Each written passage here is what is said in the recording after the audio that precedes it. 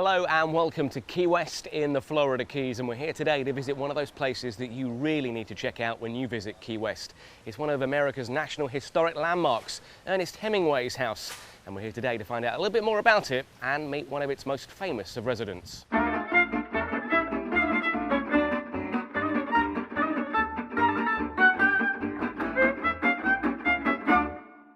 Now, I want to introduce you to Rick, who lives in Key West, and those of you who know something about Ernest Hemingway will probably have realised, looking at Rick, that he does bear a striking resemblance to Ernest Hemingway. In fact, you are Key West's #1 Ernest Hemingway lookalike, is that right? One that lives here anyway. Well, yeah. Nice to meet you. Tell me a little bit more about this character, a little bit more about Ernest Hemingway and his incredible house here in Key West. Well, he lived here in a very dynamic time in Key West. There was not many rules.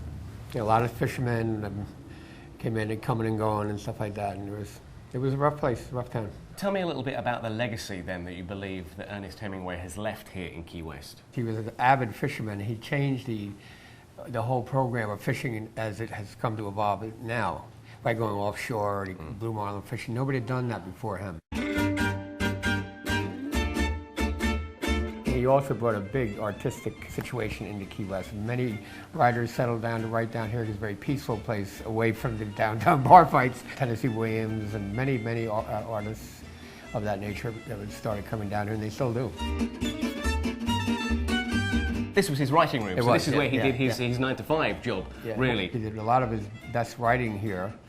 People don't realize that they've had him down here fighting and drinking and carousing, but he did a lot of work in addition to that.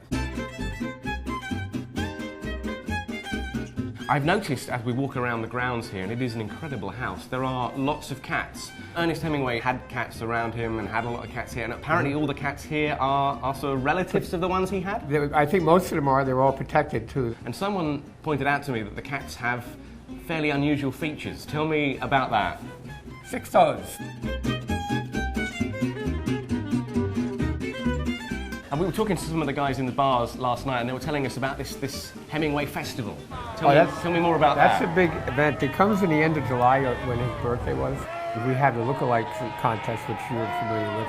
The writing aspect of it, there's a short story contest, and there's a blue marlin tournament that is held at the same time. And it's a very festive occasion, and the town is full of people celebrating it. Well, we're going to have a look around the house today, and this is one of those places that when you visit Key West, you really have to take it in because it's just full of such wonderful American history.